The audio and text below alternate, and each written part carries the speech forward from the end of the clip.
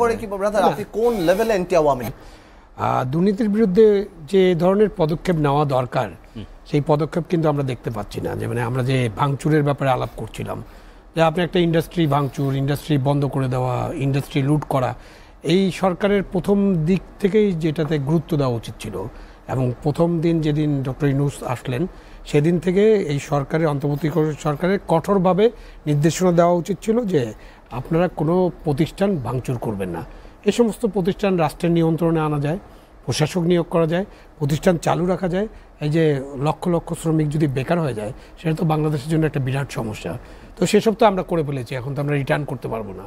এখনও সুযোগ আছে যে আমরা এই প্রতিষ্ঠানগুলোকে চালু রাখা, তাদের যে টাকা পয়সা যারা নিয়ে গেছেন তাদের, আপনার এদের সাথে কথা বলতে হবে, এদের সাথে নেগোসিয়েশনে যেতে হবে। নেগোসিয়েশন মানে ওদের বেনিফিট না, তাদেরকে বুঝতে হবে ফ্যাক্টরিগুলি চলতে দিতে হবে। 40,000 50,000 শ্রমিক আছে, বেতন আছে, আপনার ওই সিস্টেমের মধ্যে থেকে আনতে হবে। আদারওয়াইজ আপনি যদি মনে করেন যে আপনি এদেরকে জেলে রাখবেন, জাতি দেখছে যে সালমান রহমান জেলখানা ফাঁসি হয়ে গেল বা মারা গেল বা এই হলো, তা আমার লাভ কি? আমার 20,000 কোটি টাকার কি হলো? আমার দেশের কি হলো? মানে জনগণের 20,000 কোটি টাকার কি হলো? আমার মানে তো দেশের, তা লাভ কি হলো আমাদের? এখন ওই যে কারো কারো সম্পদ জব্দের নির্দেশ কোনো লাভ আছে? এদের এখানে কিছুই নাই। ওই সব জব্দ করেও আপনার লাভ? আপনি যে জব্দ করবেন কি, কাকে শিক্ষা দিবেন? মৃত মানুষের সম্পত্তি জব্দ করে আপনার লাভ কি?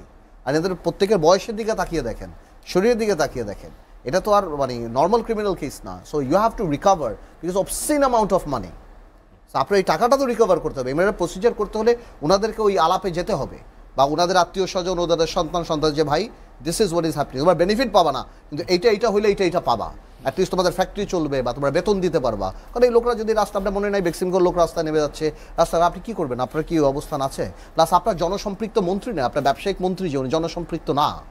আপনার যে মন্ত্রী উনি আপনি কয়টা ব্যবসায়ীদের সাথে কথা বলছেন, কতজনের সাথে কথা বলেন? এই যে আমরা কয়দিন আগে খবর পেলাম যে ওষুধ, ভাই সরি আমি একটু বলি, ওষুধ শিল্পে নাকি ওই যে বেসিক ওষুধ, সব ওষুধের নাকি দাম কমাতে হবে। অনেক ওষুধ আপনি মার্কেটে পাবেন না। আপনি যদি হঠাৎ এই চিপ পপুলারিটি পাওয়ার জন্য যে ইউনূস সরকার ওষুধের দাম কমেছে, আপনি অনেক কিছু আপনি মার্কেটে পাবেন না। এরকম করে আপনি যত ব্যবসায়ীদের সাথে কথা বলেন তারা নির্মরে কান্নাকাটি করে যে ভাই আমরা তো কথা বলার জায়গা পাচ্ছি না।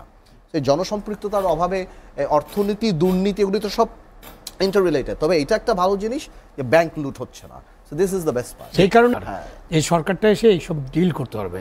কারণ আপনি এখন আমাদের যে অন্তর্বর্তীকালীন সরকার আছে তারা যে রাষ্ট্রের সব কিছু ডিল করতে পারবে এটা সম্ভব না, এটা তাদের কাছে প্রত্যাশা করাও যাবে না।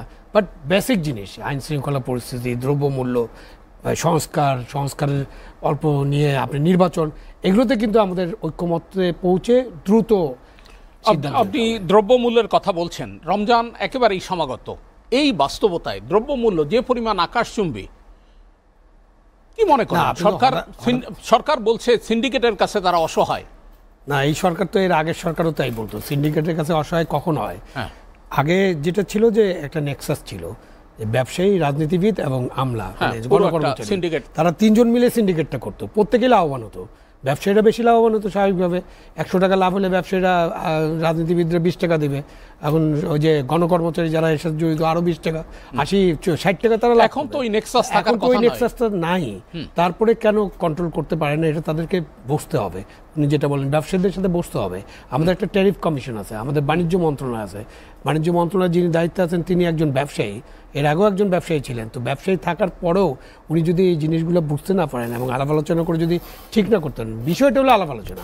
আপনি মব দিয়ে কিছু করতে পারবেন না, মব দিয়ে কোনো কিছু কন্ট্রোল করা যাবে না। এখন তো আমরা এই 200-300 লোক, 2000 লোক এক জায়গায় মব সৃষ্টি করলেই আমরা ভয় পেয়ে যাই এবং তাদের কথা মতো আমরা চলার চেষ্টা করি। সেটা তো হবে না, এইভাবে তো দেশ চলতে পারে না। গভর্নমেন্ট না, আমার কথাটা যে কোনো সময় রমজানের সময় জিনিসপত্রের দাম বাড়ে, দেখো আমরা দেখে আসছি। দেখুন আমি জাস্টিফিকেশন দিচ্ছি না, বাড়ে, এবার আরও বাড়বে, হয়তো আরও হবে। এখন আপনি তো পলিটিক্যাল গভর্নমেন্ট না, আপনি যে 5 জনকে ডেকে এনে বলবেন যে তোমরা চিনির দামটা কমাও, তোমরা এইটা করো, তোমরা সেটা করো, আপনি তো পাচ্ছেন না। ম্যাক্সিমাম ব্যবসায়ীরা তো ভীত, বড় বড় ব্যবসায়ীরা তো ভীত। কখন কারে এনবিআর ডাকে, কখন কার বিদেশ যাওয়া বন্ধ করে দেয়, কখন কারে ধরে নিয়ে যায়, কখন কার সম্পত্তি ক্রোক করে, কখন তার কি হয়। নট নেসেসারি, সাধারণভাবেই তো কথাই। গত 17 বছরে তো আওয়ামী লীগ সরকারের সাথে সবাই সম্পর্ক মেনটেন করছে।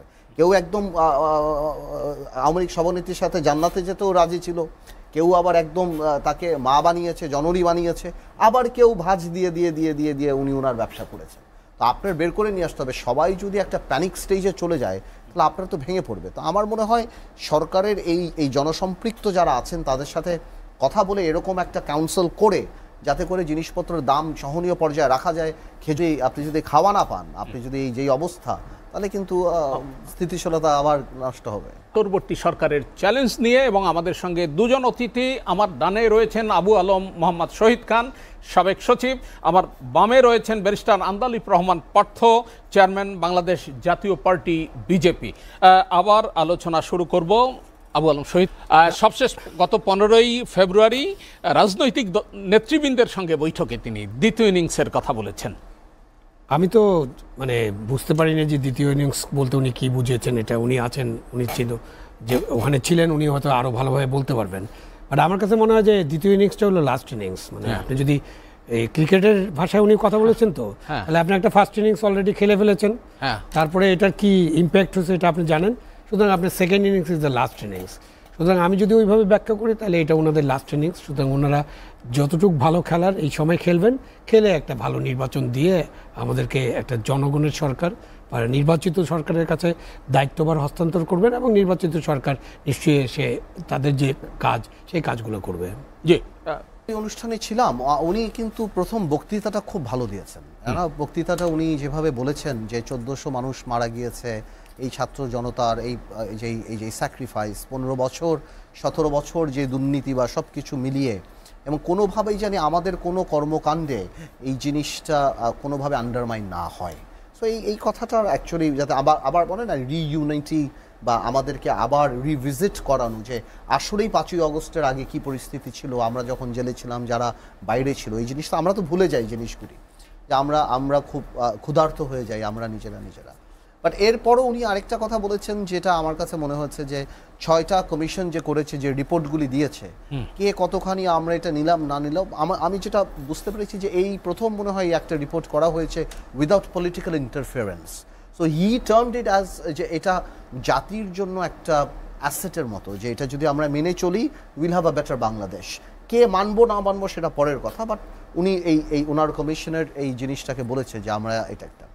আর উনি আরেকটা কথা বলেছে যে প্রথম ইনিংসে যেই আওয়ামী লীগের মানে 3টা অর্জন উনি বলেছেন, যে আমাদের মানে পুরো সরকারের 3টা অর্জন, অন্তর্বর্তী সরকার, যে একটা হলো যে সারা বাংলাদেশের মানুষ ওনার পাশে, ওকে, এবং দ্বিতীয় আরেকটা উনি বলেছেন যে কাজগুলি উনি করছেন, সংস্কারের যে কাজগুলি হচ্ছেন প্রত্যেকটা রাজনৈতিক দল ওনার সাথে। তৃতীয় যেটা জাতিসংঘ যে এইটাকে ধরেছে, এবং আমার মনে হচ্ছে যে আমাদের সবাইকে ডেকে এই কথা বলার কারণটা হলো যাতে করে আগামীতে যাতে যথাসম্ভব সংস্কারগুলি করে নির্বাচনের পথে যাওয়ার এই পুরো জায়গাটাতে আমরা যাতে ওনার সাথে থাকি, এবং কোনো গ্যাপ যাতে না হয়, যে আমাদের রাজনৈতিক দলের সাপোর্ট ছাড়া এটা কাঙ্ক্ষিত লক্ষ্যে পৌঁছাবে না। এই জন্য উনি আমাদেরকে সবাইকে একসাথে ডেকে এরকম একটা অ্যাটমসফিয়ার ক্রিয়েট করতে চেয়েছেন যে আমরা পাশে ছিলাম, জনগণ পাশে ছিল, তাই উনি এটা অ্যাচিভ করেছেন। আগামীতে আমরা সাথে থাকলে ইনশাল্লাহ একটা ভালো নির্বাচনের দিকে উনি নিয়ে যাবেন। আপনারা দুজন তো মানে আমি তো পজিটিভ চিন্তা করি। আমি মনে করি ডিসেম্বর বা জানুয়ারির মধ্যে নির্বাচন হওয়া উচিত, এবং এখন পর্যন্ত আমি বেনিফিট অফ দ্য ডাউট দিতে চাই ডক্টর ইউনূস সাহেবকে এবং অন্যান্য উপদেষ্টাদেরকে, যে নির্বাচন সেই সময় হবে ইনশাআল্লাহ, মানে ডিসেম্বর বা জানুয়ারিতে। আমি বিশ্বাস করতে চাই, কারণ আমি এভাবেই মনে করি যে এটা যদি অনেক কনফিউশন ক্রিয়েট হয়, এক সময় এক একটা কথা বলে, বাট আমি এটাই বিশ্বাস করতে চাই। জি, আবু আলম শুনেছেন যে দুটা জিনিস বলেছেন তো উনি বলেছেন অল্প কিছু সংস্কার হলে তাহলে আমরা ডিসেম্বরের মধ্যে নির্বাচন করতে পারবো, আর যদি রাজনৈতিক দলগুলো আরো বেশি সংস্কার চায়, উনি কিন্তু বলেননি যে আমরা আরো বেশি সংস্কার করে জুন জুলাইতে দেবো। বক্তব্যটা খুব ক্লিয়ার। তাহলে আমরা রাজনৈতিক দলের যে ঐক্যমত্য যেটা দেখতে চাই, সেটার যে প্রক্রিয়া শুরু হয়েছে সেকেন্ড ইনিংসে, আমরা এই ঐক্যমত্য দেখেই আমরা একটা নির্বাচনে দেখেছি। কিন্তু এরই মধ্যে তো আমরা একটা অনৈক্যের সুরও লক্ষ্য করি। বিএনপি ডিসেম্বর পর্যন্ত মানলো, আবার জামাতে ইসলাম তারা আগামী বছরের মাঝামাঝির কথাও বলছে। কি বলবেন এই? এটা তো গণতন্ত্র, আপনি প্রত্যেকটা দল তার যে সুবিধা অনুযায়ী কথা বলবে। এখন বিএনপি হয়তো মনে করে যত আর্লি নির্বাচন হবে তত তাদের chances of forming government better, সুতরাং এটা তারা মনে করতে পারে, এবং আমরাও জানি বিএনপির শক্তিমত্তাটা কোথায় আছে। তো জামাতে ইসলাম বা অন্য নতুন দল তারা আরেকটু সময় পেলে তাদের হয়তো আরেকটু অর্গানাইজ করতে পারবে, তারা এটা মনে করে। কিন্তু বাংলাদেশের মানুষের জন্য, বাংলাদেশের মানুষের যে সমস্ত বেসিক সমস্যা আছে, ইসলামের তো আলাদা মোটিভ থাকতেই পারে। যে জামাত ইসলামী 6 মাস পর চায়, তারা তো আনুপাতিক হারেও নির্বাচন চায়।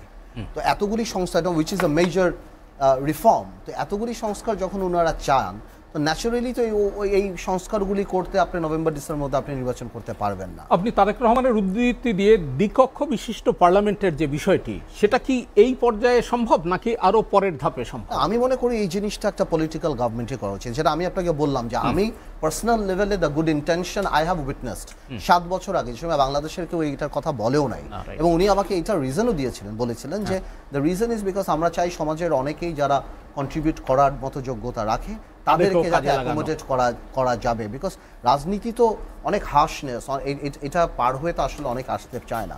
তো আমার কাছে মনে হয় যে ওই গুড ইন্টেনশন বিএনপির আছে। এই যে 2বার প্রধানমন্ত্রী হতে পারবেন, এই তো বিএনপি অনেক আগে থেকেই ক্যাম্পেইন করছে, তাই না? তো এখন আমার কথা হলো, আপনি বিশ্বাস করেন না করেন সেটা আপনার প্রবলেম। আপনি যদি না করেন তাহলে সেটা তো পলিটিক্যাল ড্যামেজ আমাদের হবেই, কিন্তু এই কিছু কিছু জিনিসপত্র তো বিএনপি আগে থেকে বলেছেন, you have to give that benefit to BNP. তো আমার কথা হলো সামনের দিকে বলা যাবে যে সামনে কি হয়। জি, ফিরবো আপনার কাছে। আবু আলম শহীদ খান, অন্তর্বর্তী সরকারের অধীনে নাকি তত্ত্বাবধায়ক সরকারের অধীনে আগামী নির্বাচন হবে, কি আপনার ধারণা?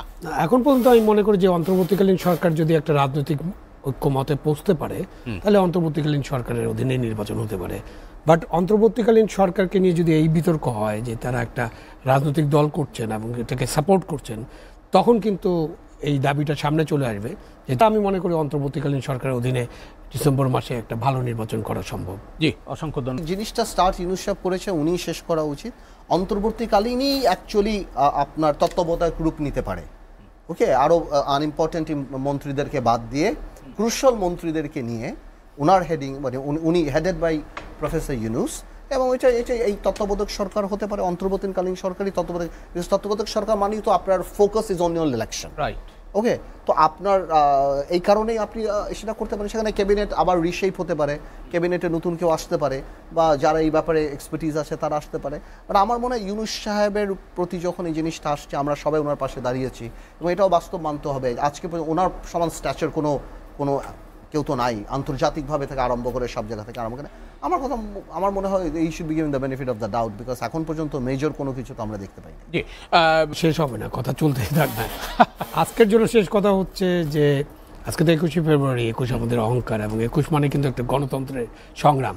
সেই কারণে আজকের শেষ কথাটা এরকম হতে পারে যে আমরা এখন প্রত্যাশা করি যে অন্তর্বর্তীকালীন সরকারের প্রধান এবং অন্তর্বর্তীকালীন সরকার যে কাজগুলো হাতে নিয়েছে, সেকেন্ড ইনিংসে তারা সেই কাজগুলো সম্পন্ন করে একটা ভালো নির্বাচন আমাদেরকে উপহার দেবেন, এবং সেই নির্বাচিত সরকারের কাছে দায়িত্ব হস্তান্তর করবেন। এবং সেই নির্বাচিত সরকার যে কাজগুলো থাকবে, যে কাজগুলো ওনারা করে যেতে পারবেন না, সেই অসমাপ্ত কাজগুলো সবারই বিশ্বাস করি সবার উপর মানুষ সত্য। ভালো মানুষ আসলেই আপনি ভালো রাজনীতি পাবেন। আমি মনে করি বড় বড় রাজনৈতিক দলগুলি ভালো মানুষগুলিকে জানি জায়গা করে দেয়। রাজনৈতিক বিজ্ঞ, রাজনৈতিক প্রজ্ঞা বা যারা আছে, আমরা সবাইকে চিনি।